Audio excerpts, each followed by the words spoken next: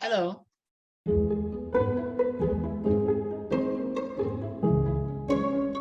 I don't know what happened. She's frozen. You have to unmute yourself. Can you hear me?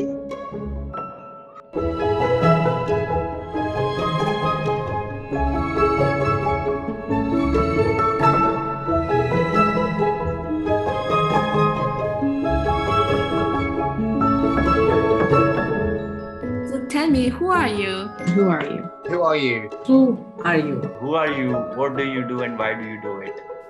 So it's a rapid fire for you. Who I really am is I'm a mom, a daughter, and I'm a friend. I've recently given birth to twins, the boys. Wow. I'm a nerd. Why do I do what I do? Because I've seen injustice firsthand. I am from Myanmar.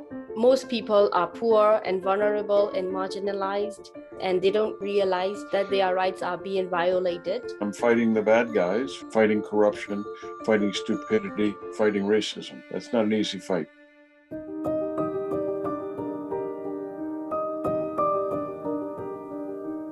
I do what I do is just a passionate belief in the genius and greatness of human beings. I've completely devoted my life to this. Fight against poverty and injustice inspired me so much. I'm a mom and a leader of an organization and someone who cares a lot about healthcare and human rights. And how many kids do you have, Jana? They were just standing right here waiting for dinner. Hey.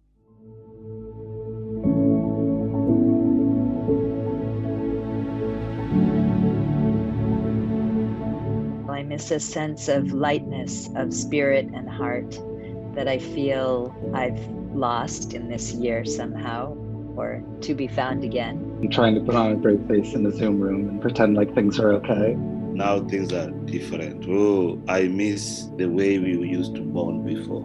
I miss being able to give hugs. I miss getting hugged. The best part of life is just getting inspiration from people. And when that's gone, it kind of feels hard to go through the day-to-day. Tiny apartment's always a struggle. Can you put it closer to the camera? There, right there. That's perfect. Here is my photo. Hopefully you can see this. That is my team right before everything went crazy with COVID. God, I just miss them.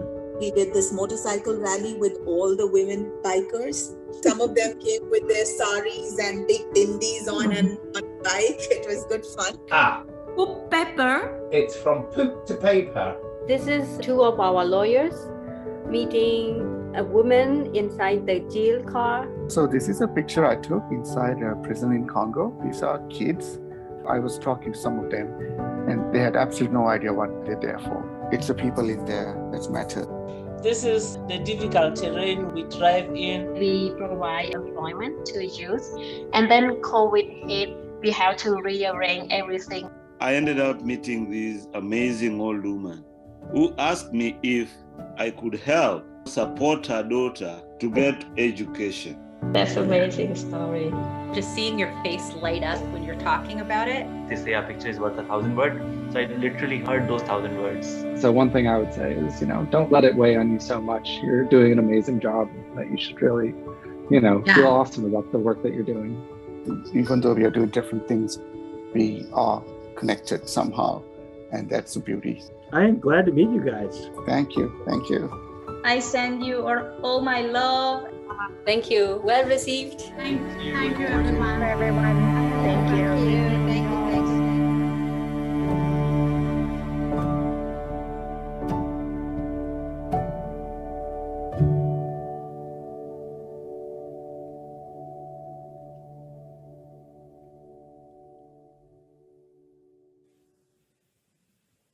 Do you feel that? The energy and the power of community coming together. We are going to be tapping into that energy an awful lot over the next 3 days. Hello, I'm Femi OK. I am your plenary host. Now, you're very welcome to hang out in my house, but we can do so much better. So hold on a minute. Hang on a minute. All right. Can't take those where I'm going to next. let's get to work.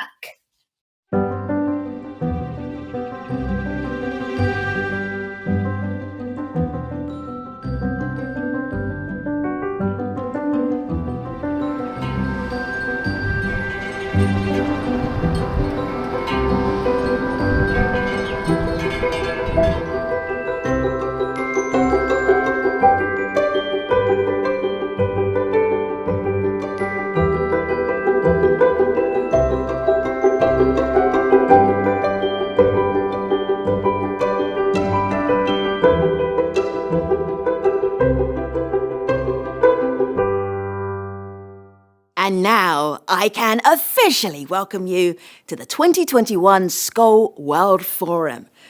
This week you'll be meeting and engaging with extraordinary speakers from around the world. They're solving problems as social entrepreneurs, innovators, and leaders making change. This gathering isn't an online meeting or a webinar, it's a 3-day virtual experience. The traditional home of the Skoll World Forum is Oxford, England. Now, don't at me. It's not all posh spires and Brideshead revisited ambience. When Skoll goes to Oxford, it's more Bridgerton than Brideshead. That, by the way, was British cross-generational humour. Hilarious once you've binge-watched both series. Trust me, you can thank me later. This year, of course, is not one where we're travelling for fun, which is why we're not in Oxford right now. But wherever you are in the world, if you can connect with us online, we will bring the forum to you. In the audience watching with you are thousands of people from over 100 countries, so take a moment and say hello. Ciao, hola, namaste, salam, mahabo, ni hao, jambo, bawa ni, all right, mate? Together, we are a think tank of brilliant international minds tackling tough questions honestly and with urgency.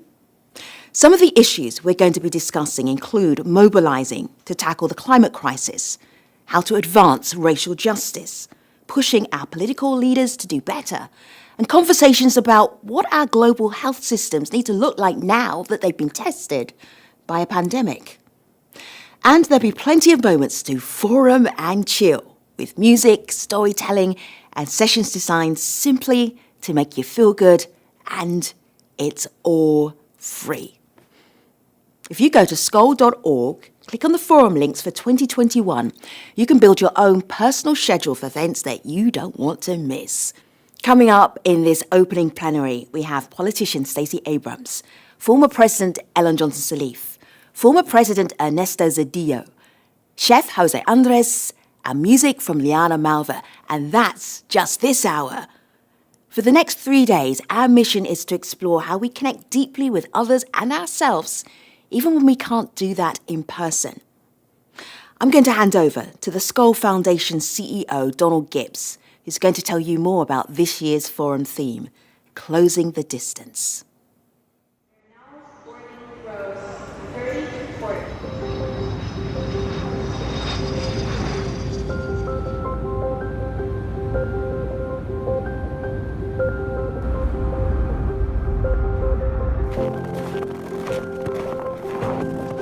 Welcome to the cabin. Come on in. It's great to have you here. Welcome to the second virtual Skoll World Forum. We're all so sad we can't be together in Oxford doing this in person, but I'm so happy that we can all gather virtually as we think about how we close the distance and bring us all closer together. Closing the distance means so many different things to us at Skoll. It's closing the distance personally as we've all been isolated. It's closing the distance on the many inequities that the pandemic has highlighted. It's closing the distance on the problems that face society, whether it be climate, democracy, inclusive economic growth. How do we close that distance to a better and more just and peaceful and sustainable world for all? One of the reasons I love these forums is it brings together change leaders and social innovators and movement leaders from around the world, and I learn so much listening, both to the challenges that are brought forward, but also the opportunities. And And it's out of that, none of these problems are going to be solved by any individual. It's the collective action, working together, that we're going to tackle these big problems. And I get such energy listening to all of you during this forum, generating new ideas, generating ways we can work together. And the great thing about this forum, and I give total credit to our team, is they reached out to people around the world and said, submit your ideas for what we should be covering. So we're trying to decenter ourselves and open up to voices around the world on the topics that matter. The real goal here is, how do we come together and not just have a talk fest, but how do we move to a world where we can bring together people from around the globe, connect on an issue, and find ways to work in orchestration, and we call them systems orchestrators, but how do we bring together people so that you can all work together as you advance justice on whatever the issue you're working on.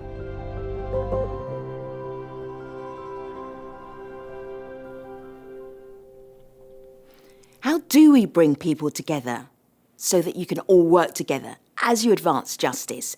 That's the question Don posed, and we're about to hear from a US activist, political leader, and best-selling author who found a way to bring social and racial justice to thousands of people and make history while doing it. When Stacey Abrams ran for governor in the state of Georgia in 2018, her campaign made national news. And that's because Georgia has traditionally been a Republican state. And as Stacey describes herself in her Twitter profile, she's a proud Georgia Democrat. After narrowly failing to become governor, she focused on expanding voting rights for Georgians, and especially disenfranchised people of color. Fast forward to the 2020 elections, when voters in Georgia helped cement a win for President Joe Biden. To many Democrats, Stacey Abrams is a living legend, but Stacey is having none of that. As far as she's concerned, the victory was a shared one, as it takes the work of many people to effect change. Welcome to the Skoll World Forum, Stacey Abrams.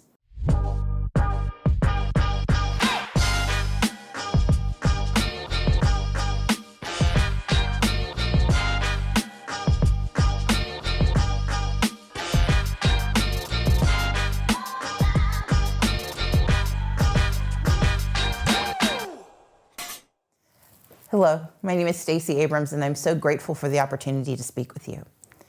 I know the Skoll Foundation has a deep investment in justice here in the United States and around the world. And my commitment to justice has become part of the narrative around the work I do. But I want to begin a little earlier. You see, I didn't discover this intersection of racial justice and democracy in the wake of a 2018 campaign for governor. For me, this has been a lifelong lesson, a lifelong opportunity for learning and for action.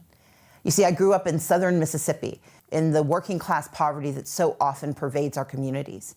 I was the daughter of parents who had grown up themselves in the deep and dire poverty of Mississippi, but who were determined to make better for their children. And while they did indeed improve our lot in life, my parents still couldn't escape the intersections, again, of racial injustice and the challenges of poverty and economic lack. My mom and dad wanted us to understand, though, that we had 3 jobs: go to church, go to school, and take care of each other. Go to church because they wanted us to be grounded in things that were larger than ourselves. They wanted us to have an ethic that guided us, that was not simply determined by our day-to-day interactions. They secondly wanted us to get an education, because for both of them, education had been transformative, leading each of them to pathways that their siblings and their family members could rarely experience. And third, they said, take care of each other. It wasn't simply about doing good for my siblings or for my family, but it was about us going out into the world and doing good for others. Because my parents wanted us to understand that even though we too grappled with working class poverty, our job was larger than that. As my dad would put it, having nothing was not an excuse for doing nothing. And so from the earliest stages that I can remember, I was involved in the conversation about the intersection of racial justice and democracy. Because you see, my parents not only took us with them to volunteer, they took us with them to vote. And they wanted us to understand that voting and volunteering were 2 sides of the same coin, 2 sides of how we make progress in this country. They wanted us to volunteer because as individuals, volunteerism was the way we could touch the lives of others and make improvements. But voting was how we could build our collective power as a community to change the future. And I saw both at work, sometimes successfully and other times falling short. And that created my commitment to the intersection myself. You see, when I was a college student at Spelman College and HBCU in Atlanta, Georgia, I set up my first table to register my colleagues to vote because I knew that African American students, that Black kids across the Atlanta University Center needed to have their voice heard because we were sitting in the middle of some of the most prestigious universities in the country, and we were surrounded by some of the most egregious poverty in our nation. And for me, the intersection was very clear. The difference between our communities and communities that had similar situations but had much better outcomes. I wanted to understand how volunteerism and voting were to be brought together. And that has been the work I've done ever since. I've done it through the nonprofit space, but I also understood that volunteerism cannot be limited to those who are simply trying to help on the nonprofit side. I worked in the for-profit sector and I worked in government because I wanted to understand how each sector should have a role to play in how we change the future. But what we can never forget is that most of the challenges we face in this nation and abroad have a racial justice component, and that nothing has made that more clear in the 21st century than the COVID pandemic.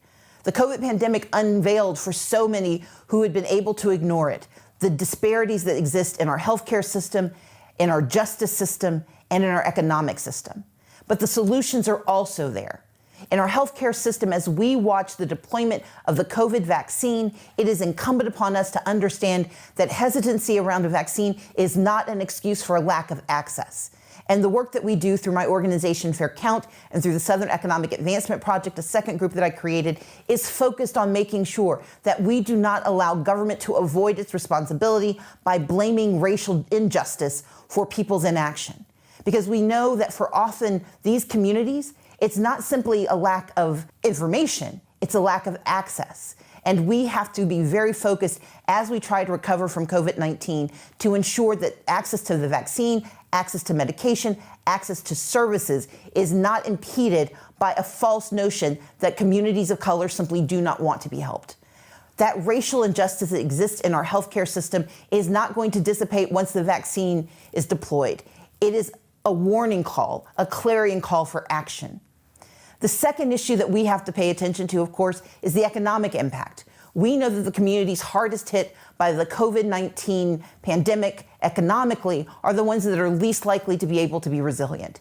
We have to address the inequities in our education system and in our economic system that position so many communities of color to be so hard hit, but to also be so fragile in their ability to respond. As we think about investments, as we think about recovery, we cannot ignore the infrastructure that allowed the COVID-19 economic recession to devastate so many communities. But one good thing we have seen, of course, is the American Rescue Plan has an intention of lifting up millions of Americans out of poverty, including half of the children who are currently in poverty. But what we must be concerned about is the short-term nature of the American Rescue Plan and the long-term effects of child poverty. The third revelation that came about in 2020 and 2021 for so many people because of COVID is the long-standing, centuries-old challenge of racial injustice in our criminal justice system. We know that it is not simply a question of the murders of George Floyd, Ahmaud Arbery, Breonna Taylor, Rayshard Brooks, and the list goes on. It's also a conversation of a justice system that allows injustice to be determined by your race. Because it's not simply the murders of these men and women. It's who is arrested, who is charged, who is sentenced, who is released, and what do they come back to when they return to society. We have large conversations that must be had in 2021 and beyond. And I know that it is not just about having good organizations investing in those groups trying to do the work through volunteerism. We have to do the work through voting. And that is why democracy is at the core of the work that I do. Whether it's through the Economic Project or counting good people, counting all people, or the work that we do with Fair Fight, we have the responsibility to ensure that every voice is heard. Because as my parents understood, it was our responsibility to work our hands to lift communities up, but it was also our responsibility to cast our votes to change the future. For too many organizations, there is a division between the work that we do in the nonprofit space and the work that has to be done in the democracy space. But I would argue that these jobs are intertwined and are indelibly linked, inextricably linked together because of the reality that if policies continue to foment that undermine racial justice, we will never have a democracy worthy of its name. But I believe that we have seen through the action of social entrepreneurs, through groups like Fair Fight, Fair Count, and the Southern Economic Advancement Project, we have seen pathways to create the ecosystems of good. But these ecosystems have to understand each other, have to relate to one another, and have to challenge one another for better. The triumvirate I use is this. The first job is investigation. We are obliged to understand not simply the headlines, but the footnotes. We have to go into communities that are so often left in the shadows or left out of the conversation because their problems don't seem big enough. But too often, those are the problems that seep into the entirety of our ecosystem, and we have to address them. And so when we think about the issue of access to justice, it's where are the lawyers and what happens to elect the leaders who make decisions about who gets access to diversionary programs and who's simply thrown into jail and with the key thrown away. It's also about making sure that we understand fundamentally and at our core that the work we do not only has to be investigated, it has to be experimented. We are so timid sometimes about implementing programs that don't have proven outcomes. But as we face new challenges, as we uncover new impediments, it is incredibly important that we invest in organizations that are willing to experiment, to try new and different. The entrepreneurial aspect of the work done by the Skoll Foundation and others has to be expanded and grounded in this reality that sometimes the answers will only come about because of failure. And we have to invest in the possibility of failure. That's all experimenting is. If we investigate and we experiment, then what we can do then is analyze and iterate. We have to be willing to take these things to scale, but also we have to be willing to franchise them to other communities. Because the fundamental reality is that the challenges we face with the intersection of racial injustice and democracy look different depending on where you live. If we're grounded in the United States, we have 50 different democracies. And if we expand to a worldview, we know that we have nation states and communities that could benefit from learning what happened. That what Grameen Bank accomplished can be applied to economic poverty in Mississippi, and that what we have done in Georgia on democracy can possibly be of benefit in Myanmar. As we think about the work of racial justice and democracy, we have to remember that this work preceded us and will continue after us. But our obligation, our opportunity is to do the best we can to investigate, to experiment, and to iterate. And that is how together we bring racial democracy and racial justice into harmony. Thank you so much.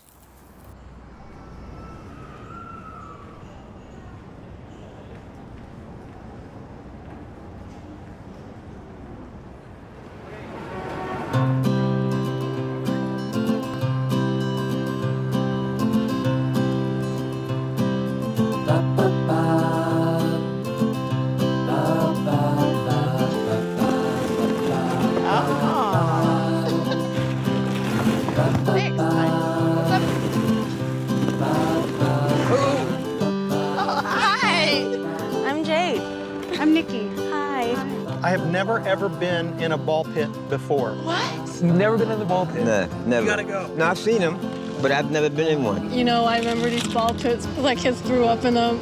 Yeah. Okay. All right, so let's see. Okay, this is a good one. Share 3 things on your bucket list. First one is to go skydiving. I want to go skydiving. Have you ever had those dreams where you're just like floating and, you know, you're flying and everything? Scuba diving is just exactly that. Don't you get afraid of drowning or being underwater, getting attacked by an octopus or any of those things? I want to learn curling. What is it? Like that Winter Olympic sport. Oh, all right, where you slide the yeah, and then it's like bowling and sweeping. Find one thing you have in common. Do you play sports? Not currently. I play soccer, so. Soccer? Yeah. All right. Actually, I play the drums. Do you play any instruments? I quit everything I ever tried. All right. Actually, fun fact, these aren't real teeth. Yeah. I have a flipper tooth. Really? Ah! Oh my God! No! I can't. Wait. What? My front too! Oh my gosh. What? You don't even understand. I swear to God, I feel like someone planted us here for this reason. Destiny.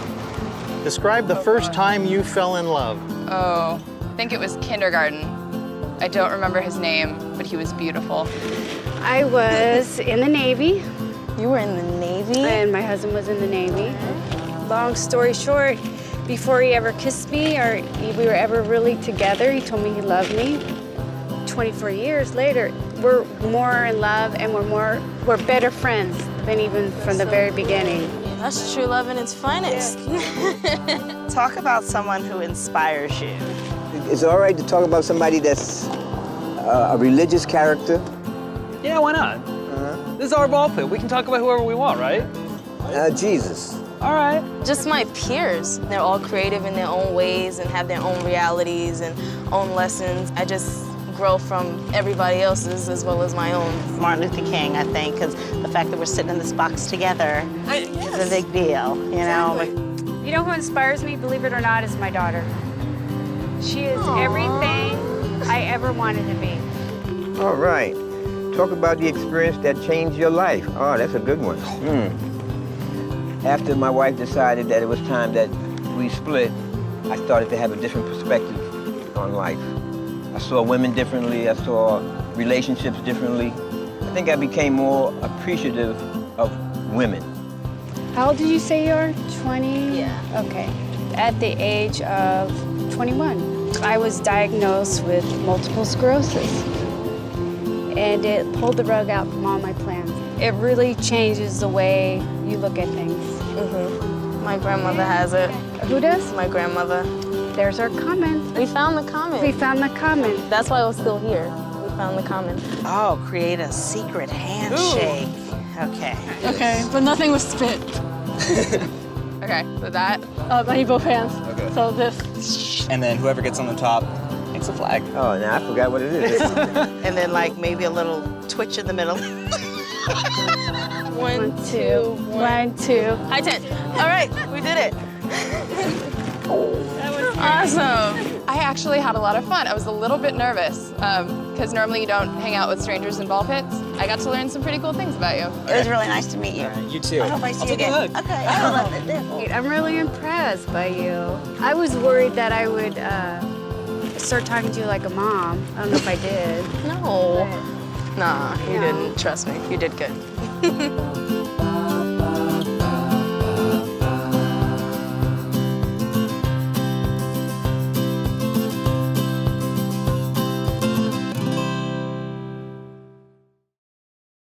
One of the profound lessons that we have learned in the past year is the ability of COVID to magnify inequities that we already knew existed. We looked to our leaders for guidance, and some succeeded a whole lot better than others.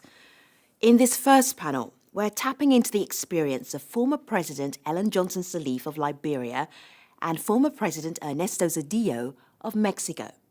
Together, they will unpack the challenges of responding to a global pandemic.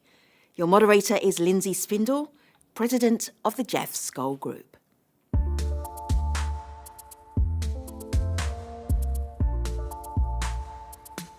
Amidst the backdrop of the global pandemic and its cruel path of destruction, world leadership has potentially never been more under the microscope, as decisions made today have life and death implications. With that backdrop, I'm delighted to introduce our two guests, President Ellen Johnson Sirleaf and President Ernesto Zedillo.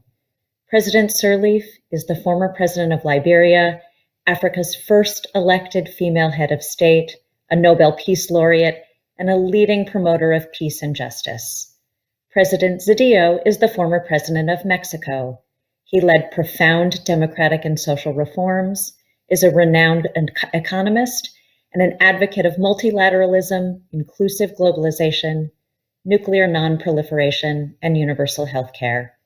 Presidents Sirleaf and Zedillo, on behalf of the Skoll Foundation and our global audience spanning over 100 countries, thank you so much for joining us this morning. President Sirleaf, you're widely credited as being one of the most powerful, effective leaders in the face of deadly Ebola. Can you please reflect for us on the crisis of Ebola, what you learned in guiding it, and how those lessons proved essential to other leaders during the pandemic. The COVID-19 pandemic is redolent of the Ebola crisis, which I faced when I was president of Liberia. And so Liberia, as well as the other neighboring countries affected by Ebola, have looked back in time. They remember what they went through. And so the comparisons between the two is so stark, is so reminiscent. So we believe that this has provided great inspiration to people in these countries. And I think if we try to say how did we handle it, first communication, regular, honest information shared with the public to keep them informed of the status of the pandemic and the responses that are being taken to address it. To be able to address their fears and to build their confidence in the measures that will be taken. And we know that it's important to work directly with the communities to ensure that the messages to address concerns make sense to them, is culturally acceptable, to ensure that people understand how to protect themselves and their families from the disease, how they must engage each other in the response, and leave room for ideas to come, not necessarily from leadership at the top, but also from the bottom up, from those who know the tradition and know the culture. The other important thing to be mindful of is partnership and coordination. We could not have responded to this disease and to defeat it if we did not have everyone in the country around a common agenda and a common purpose. And of course, whatever we say, leadership is the key. Not just leadership nationally, but also leadership in the society. Thank you, President Sirleaf. President Zedillo, you faced economic turmoil that required deft leadership and experimentation with creative solutions, such as the first conditional cash transfer program to fight extreme poverty. What lessons did you learn guiding Mexico through economic turbulence that are applicable in the face of pandemic recovery efforts? Well, here we are talking about two things. On the one hand, the massive financial crisis that hit Mexico right at the start of my administration.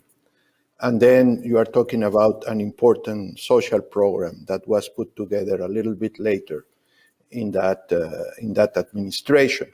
But talking about the financial crisis, well, this was surprising.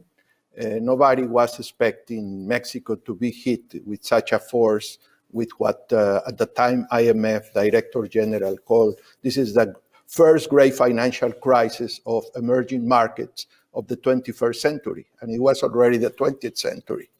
And you forced me to make a recollection of what lessons I could extract. Well, one was to make an effort, an intellectual effort, using the best knowledge available to understand the magnitude of the crisis. The second point, to recognize that very difficult decisions have to be taken. If I wanted to minimize, but never avoid, such was the gravity of the situation, minimize the economic and, more importantly, the social consequences of that crisis. Number three, I needed to acknowledge, and I did, that taking the actions needed will have short-term a very high political cost But I took the decision right at that moment that I don't care. I will do whatever is within my capacity to face up to this situation, because that's why I was elected president. I was elected to exercise my responsibility so that I would do what people needed to be done, and disregard completely any consideration about personal popularity. When you are facing a financial crisis, and the same sometimes when you are facing a health crisis, you have to take very tough decisions that may be very hard for people to understand and admit that that is what is needed, because it's going to be painful. And people don't really think about the alternative. The alternative is always something much worse.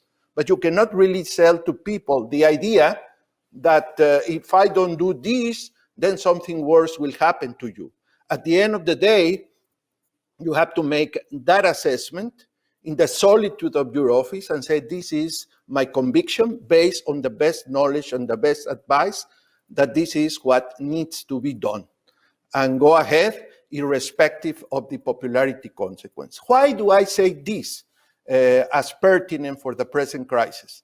What we have found in several studies is that the worst performing countries in the world are those in which decisions had been guided not by best knowledge, but by the aspiration of the leader to preserve his personal popularity and his political capital.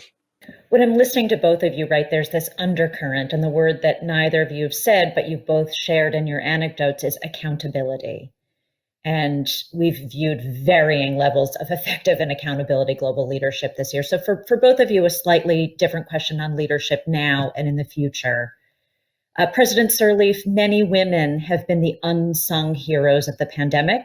From the household and community level all the way up to various presidencies around the world, women have demonstrated empathetic, collaborative leadership skills. And yet, at the same time, the World Economic Forum issued a sobering report predicting that it will now take 135 and a half years to reach gender equality. The pandemic has set us back by a full generation, as if 100 years was not bad enough. With all you've experienced as a global leader who is also a pioneer in women's leadership, please share with us where you've seen women rise this year and what the future of global leadership should look like as we move to recover from this crisis. Well, let me say that collaborative, empathetic leadership is absolutely critical in time of crisis. And one of the things that I believe everyone will see is that this is what stood out during the current pandemic. It has been the strength of women leaders. Women understand all too well what is meant to be excluded from decision-making processes. And when women are in charge, you often see a more inclusive approach as they seek to engage across the spectrum of the society. We cannot continue not to recognize their value and their contribution to society in all aspects of endeavor. We hope that as we go forward, we will not have to wait another 100 years to see women rise in leadership in all levels in society. Thank you, President Sirleaf. President Zedillo, you've been a vocal champion for strong, accountable, multilateral institutions your entire career. In fact, you once said inclusive globalization is needed not only for the weak, but also by the strong, not only to defeat polarization, but also to alleviate old and new resentments that threaten the security of our world.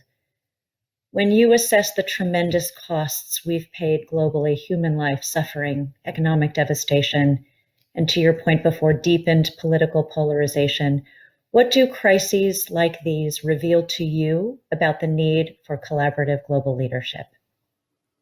Well, first of all, it reveals that many people who have had responsibility to deal with this crisis forgot dramatically the lessons provided by history. It took two terrible human tragedies in the 20th century, the two great wars, for nations to start building seriously a multilateral system and to rebuild globalization in a way in which it would be not just for a few countries available, but for a larger group of countries that have leveraged economic interdependence to advance their development purposes. And I think that was an enormous achievement, great achievement of the second half of the 20th century. So it was a very fresh lesson. However, what we have seen over the last quarter of a century is not only a sense of complacency about what had been achieved, but also lack of political will to continue building that system to the point of the circumstances that sadly we are living today.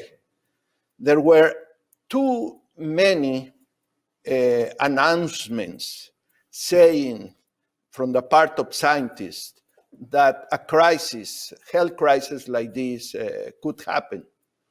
And specialist leaders were saying, if we want to deal, prevent, prepare, or deal in practice with a pandemic, we need to put in place extraordinary mechanisms of international cooperation.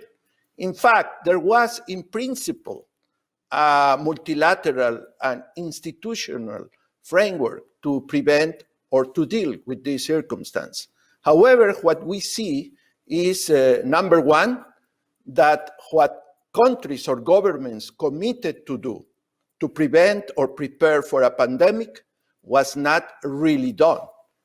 Number two, that countries who had already in the past built significant preparation to deal with a situation like this simply decided, because of particular political circumstances, not to go about applying those blueprints for which they had prepared. So as a consequence, and also very importantly, countries had committed in several fora to pursue as an objective, certainly of progressive realization, universal health care, which would mean that they would have the basic infrastructure to deal with a situation like this in a much better way than it has happened. I think we have to remind countries that they have a commitment to pursue universal health coverage and that they should live up to that commitment. So I hope that once we have had the tragedy, and I wish we never had, at least to this dimension, the tragedy, we are going to use it to do much better in the future. Thank you.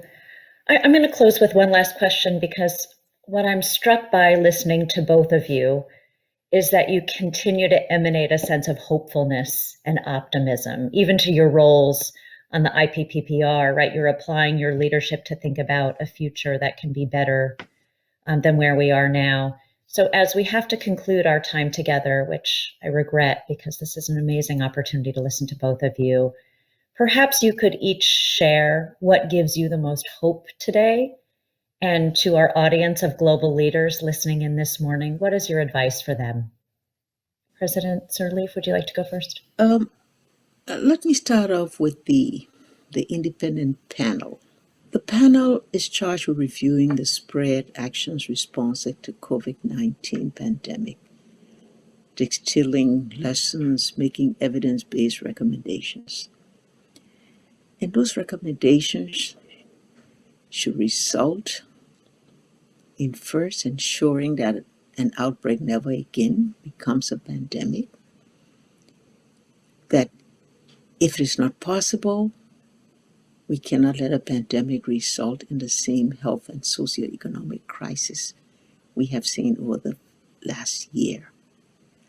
I think the hope of this panel is that we'll see the global architecture changed, refixed to address the inequities that have been exposed, that we will see a world in which at national systems, regional systems, linked to the global system, there's better interconnectivity, there's better communication, there's more technologically driven decision making and whatnot. This is what the hope we have from a panel that has spent the past several months building on the past experiences, reviewing what has happened in this present COVID-19, trying to understand its impact economically, socially, politically, and ensuring that those bold recommendations will make proposals for changes in the future that will reflect a better and more equitable world. Thank you. President Zedillo, same question to you. What is giving you hope and your advice to our audience? Well, certainly, as I mentioned before, there are very remarkable examples of the negative that bad leadership, bad behavior can cause in terms of human pain in this pandemic. But it is for me much more important the positive lessons. And the positive lessons, I think, come from those countries, from those societies, from those organizations, certainly from health workers, nurses, doctors, all kinds of people that have helped others to deal with this situation. So I hope that indeed we say, okay, this is what was done wrong, but also we should be able to say this is what was done right, but not just to be pleased about it, but to say from that positive experience, this is what we have learned for the future. And I think it's a lot of things that we can learn for the future. And I think another thing that gives me optimism is what science, knowledge, discipline to study has shown to the world. I think once again, science and knowledge has come to save humanity in more than one way. And actually what we have seen over the last year is a clash between the pre-Enlightenment thinking, almost medieval thinking, and the thinking that stemmed from the scientific revolution, from the Enlightenment of centuries ago. And I think it has been shown very clearly that knowledge, study, science has defeated ignorance again.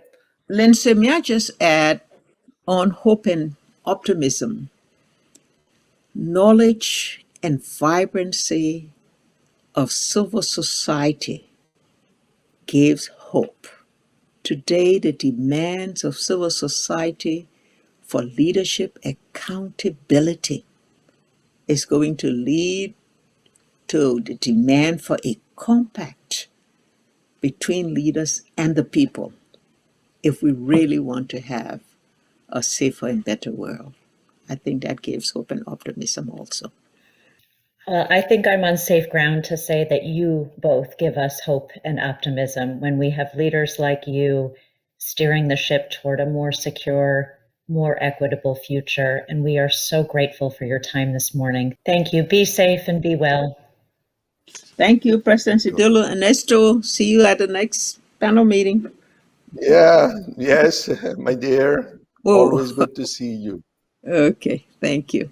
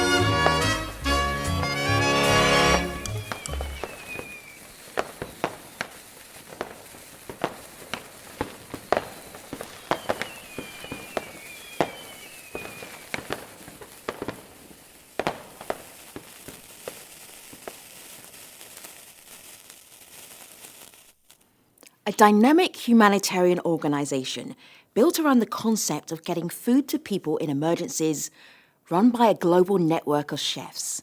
That's the idea. And World's Central Kitchen is the reality. Hurricanes, floods, earthquakes, wildfires, COVID-19 and lockdown-induced food insecurity, whatever the emergency, the chefs mobilise to feed and comfort people in need. Led by the award-winning chef Jose Andres, his work as a humanitarian easily equals his reputation as a celebrity cook. Rachel Martin, host of NPR's Morning Edition, sat down with Jose Andres to talk about his experience as a frontline pandemic worker and how his team manages to close the distance between what hungry people need and what the chefs can provide.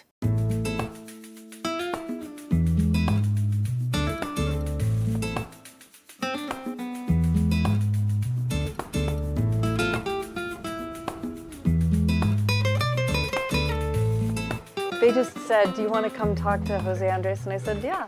What else am I doing? We're talking about food diplomacy. I mean, I'm a chef. What do you expect to find in my house? I have a bologna from 2 parts in California. Mic check, 1, 2, 3. Mic check. You laugh, you cry, you dream, you feel pain, you feel hope. Well, this interview just got very interesting very quick. It's okay if I smoke a cigar or it looks bad. Don't it's cool. Shall we do our thing? Are you guys? Okay, let's go. So thank you for doing this. It's a pleasure to talk to you. And we're approaching a year. I mean, we're basically at a year of living in this pandemic. And I know you've spent much of the year traveling and doing work with World Central Kitchen. But if you don't mind kind of walking us back to where you were a year ago and how it first dawned on you that this was something that was going to change all of us for a long time. So, I am a cook that I'm always fascinated by, obviously my profession, feeding the few, feeding the many, but beyond that also in emergencies, strange moments of humanity, I am always trying to learn the role that food plays. I think around the 6th of February is when the world becomes smaller, when we get the phone call that is a cruise ship coming to Yokohama, Japan, and they were asking us to help them feeding the first cruise ship with official COVID cases. that's what we did. That obviously followed with a very good response. Thousands of meals, 3 meals a day in a foreign country that we never really responded before yet. But we put into action our know-how, which is, we are a small organization, but it's created by chefs. Obviously, I'm one of them. And it's restaurants and chefs everywhere. So technically, we have no infrastructure anywhere, but then, in my eyes, we have infrastructure everywhere. Before we knew, we were tackling the issue in Japan, feeding people, keeping our team safe, keeping the people delivering the food safe, and keeping the people inside the cruise ship. Why we were the right organization to fight the pandemic through food? Because we handle moments in Haiti and Mozambique where cholera was an issue. And our teams always excel providing food, keeping every one of our teams safe, but keeping the camps and the places we were feeding safe. Why? Because we had good protocols. Simple, but good protocols. We were part of the solution, not becoming part of the problem. Because I think at the end we are all learning that the pandemic is not the pandemic of the few, it's the pandemic of everybody. We need to see that it's not them versus us, we are one country, we are one planet, we are all together on this. World Central Kitchen and you were working all over the world during this pandemic. When so many of us have been stuck in our homes, you all were out there doing the work, feeding people in all these different countries. And it's remarkable to think how you've built this organization. This was an idea your wife had to start a food organization, to think about how we feed ourselves, how we can feed other people. The earthquake in Haiti happens, and all of a sudden that idea is put to the test very quickly. Can you talk about what you learned on that first mission and how you have built the organization based on those lessons? Obviously, the Haiti of 2010 was the main reason why World Central Kitchen was created. But obviously, we have to go before. My wife very much was like, "What are you waiting for? You know you love this thing. Don't stop talking about the missed opportunities and just go and make them happen." But sometimes we talk too much, quite frankly, about food waste. What the heck about food waste? What about people waste? What about people feeling that they don't belong? The conversation is not about food waste anymore. The conversation is about the lives of people on planet Earth we are wasting. Stop talking about food waste. This is the wrong conversation. This must be a given. That should be the solution. It's like you say, "Oh, Jose, make a great dish today." Sure, I'm a good cook. Sure, the least you can expect from me is making a good dish. The least you can expect from humanity is making sure that we don't waste food when we have hungry people. You want us to raise our collective expectations. Totally. We are bringing them down completely. So let's not waste people's life in our own communities. Forget about another country 5,000 miles away. So Robert Egger, I was 23, he told me, charity and philanthropy seems is about the redemption of the giver, when philanthropy should be about the liberation of the receiver. There's nothing wrong that you give. You should feel good about it. How do we value success on philanthropy? By lifting the lives of people up, by making real change in real time, that you can see, you can touch, you can smell, you can sense. That's the only way to value return on investment in philanthropy. We've seen many moments that my profession, like September 11, that chefs came out in the streets and started feeding anybody that was in need of a plate of food. Random moments of empathy, beautiful moments of love, and finding that solution. But what if we put all that together and we start making a powerful team of people that can have a very powerful response? Haiti, I went there not to help, I went there to learn. Obviously, I was feeding people, and I fed thousands. But for me, it was not about who I was feeding, but unfortunately, it was, in a good way I said, is about what I was learning. The problem, when you look at international organizations, international aid organizations, they do a lot of very important work. But you know very well that they can be mired in bureaucracy, and money can get spent where shouldn't be spent, and there can be waste. And in the end, people suffer because they're not getting what they actually need. In all your experience now, for all these years and over all these countries, how have you been able to avoid those missteps? Or have they happened, and how have you learned from them? Obviously, World Central Kitchen, we are far away from a perfect organization, in part because we are a new organization. We are a young organization. But we're good people that we try to learn, and we learn from organizations of the past, of mistakes of the past, but also of good efforts of the past. At the end of the day, we are really an emergency organization. And in emergencies, I only know that, quite frankly, it's not very complicated. Pure emergency means the emergency is now. The urgency of now is actually yesterday. And that if you don't provide food and water today, you are failing. On that, I think we've been highly successful. Obviously, we have many stories. When Haiti received what I believe was a great support from the Obama administration, but then we saw that the international community brought so much food. We brought so much rice from America and other countries that the rice producers of Haiti, nobody was buying from them anymore. We almost put them out of business. By the time the international aid kept coming, and Haiti didn't have the same rice production, and rice had to be imported, and rice all of a sudden was much more expensive than before the earthquake. There you saw the damage, then the response to the humanitarian needs of a country, especially of a poor country, how they can have negative connotations, influence, and repercussions. So we all need to be learning from those moments. That's why for us, every time we go somewhere, as soon as we can, we try to buy from the local farmers. You saw us doing this in places like Guatemala. You saw us doing this in places like Venezuela. You saw us doing this in places like Colombia. You saw us doing this in places like Indonesia. This is very much on the DNA of World Central Kitchen. It's not what we claim, it's what we do. And I think this is putting us in a good path of good learnership, of lessons learned, of what really works, of what doesn't work, and hopefully make more of the good decisions of what really works. And as we grow, concentrate more on those areas that we know work for us, but more important, for the people that we want to help.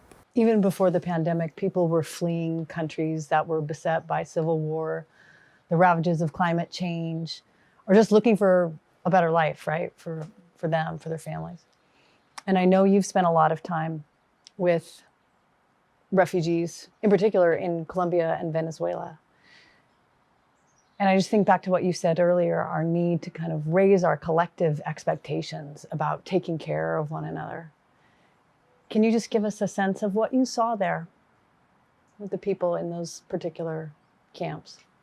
So in Cucuta, in Colombia, we saw, in a way, sadness because people were leaving the places they were coming from. In a very bittersweet moment, at the same time, we were seeing hope because people were coming from such a dark place that they were moving into what we will call, hopefully, the light at the end of the tunnel. Even the light still seems very far away, but nonetheless, humans, we are all about light. Humans, we are not about darkness. Even in the most beautiful dark night, we love the beautiful stars or the moon lighting our way somewhere. And that's what I saw in Cucuta and Venezuela, that there is a lot of hope. But we need to make sure that that hope is supported. If not, even hope can get into darkness. And we cannot afford. This is not a moment to allow hope, especially a woman of young people go into darkness. We must be there keeping that little light abreast, that little light shining. And if we don't do that, we're failing as humanity. We are totally failing. How do you do that for yourself? How do you keep focused on that light? Listen, in so many moments in my life that I go to a place and I try to keep going back and back and back to the same communities because obviously if you keep going back 2 or 3 weeks Doesn't mean you are part of the community, but to a degree I dream that I am becoming a little bit part of the community. And when I see especially children, and especially young girls, I have 3 daughters of my own, and I cannot tell you how fan I am of them 3 and how much wisdom they give me, even in the process of learning themselves.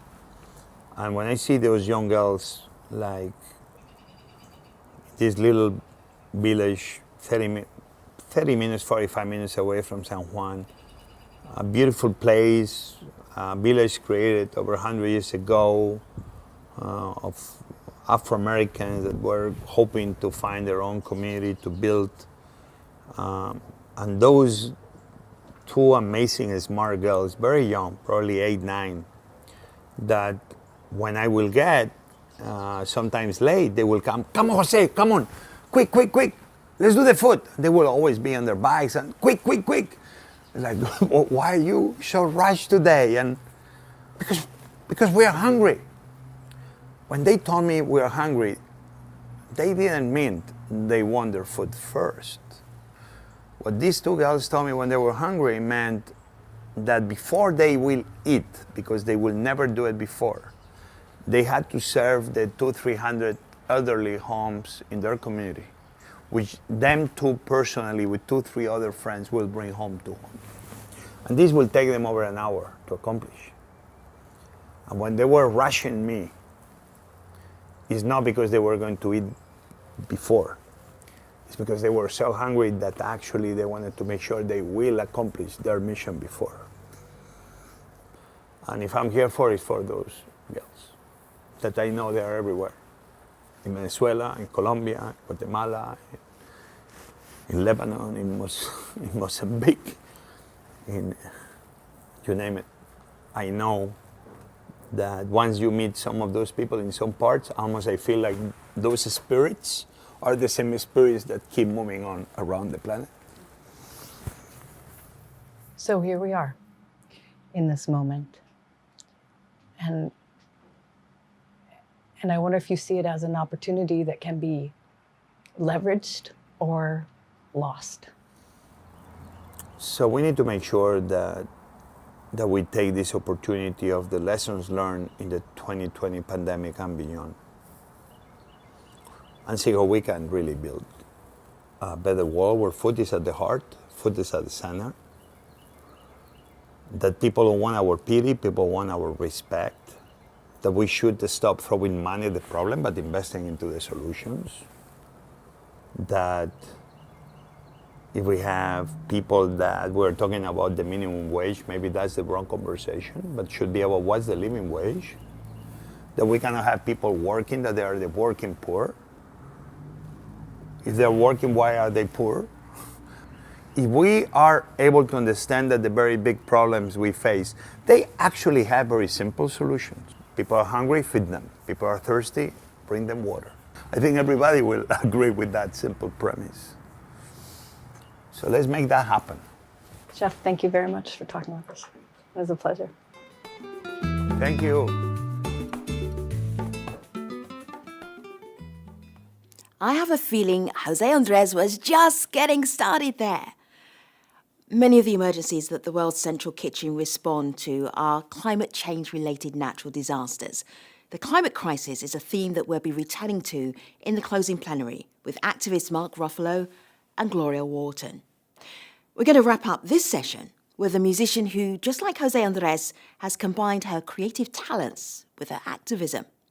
What Liana Malva serves up is an enticing mix of music and eco-education about her country, Venezuela. Liana sings, writes, plays numerous instruments and is a nature activist. But why talk about music when you could be listening to it? Here to perform and talk about her work with Gotas, Liana Malva.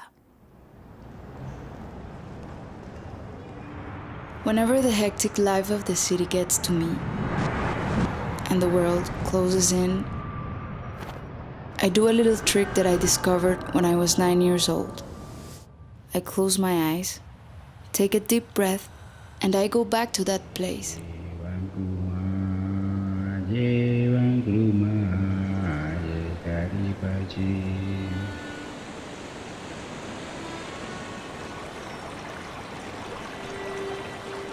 Suddenly, I am flying over that ancient landscapes.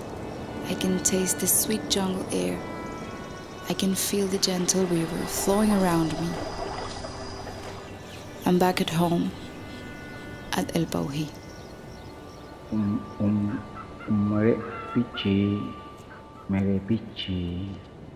A rural community of less than 300 people, nestled between one of the most ancient places on earth, the Great Savanna of Venezuela, and the Amazon rainforest.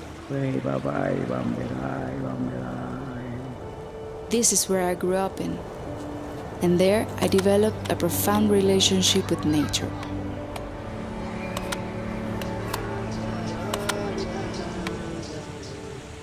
Throughout my life, I've had a recurring nightmare. I returned to El Paují, and everything has changed. All the rivers are contaminated, the trees were cut down, and the animals are gone. All this destruction because of illegal mining. And for what? Illusory value ascribed to metals and numbers. Today, that nightmare seems to be more and more of our reality.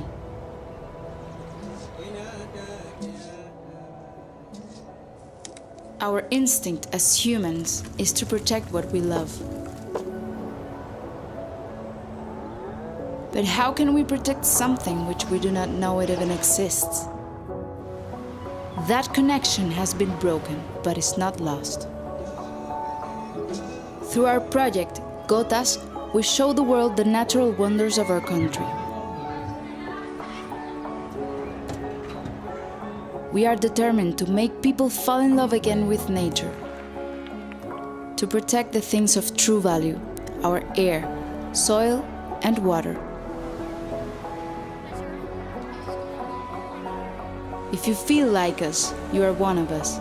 You're one of those drops willing to find that reconnection that can keep our home alive and transform this problem into a reality where we can live in harmony with nature. I am Liana Malva, a singer-songwriter from Venezuela, and this is Gotas, the heartbeats of the jungle.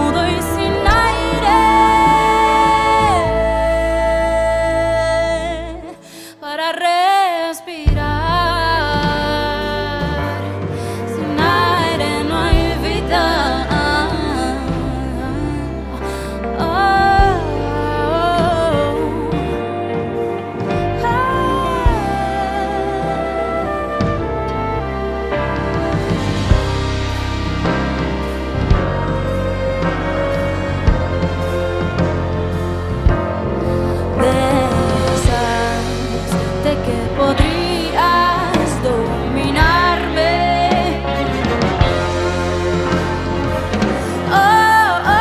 Olvidas de quién eres entre tantas cosas y ahora quieres comprarme.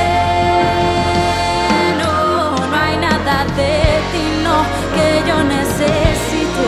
Gracias a mí es que tú existes, pero insistes en que tienes el poder y con él puedes hacerme creer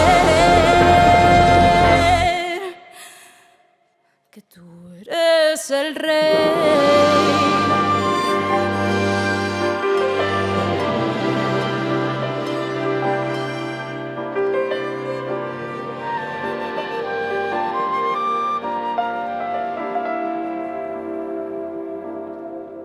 Sin agua no hay vida, no hay vida, no hay vida. Sin aire no hay vida, no hay vida. Sin aire no hay vida, no hay vida, no hay vida.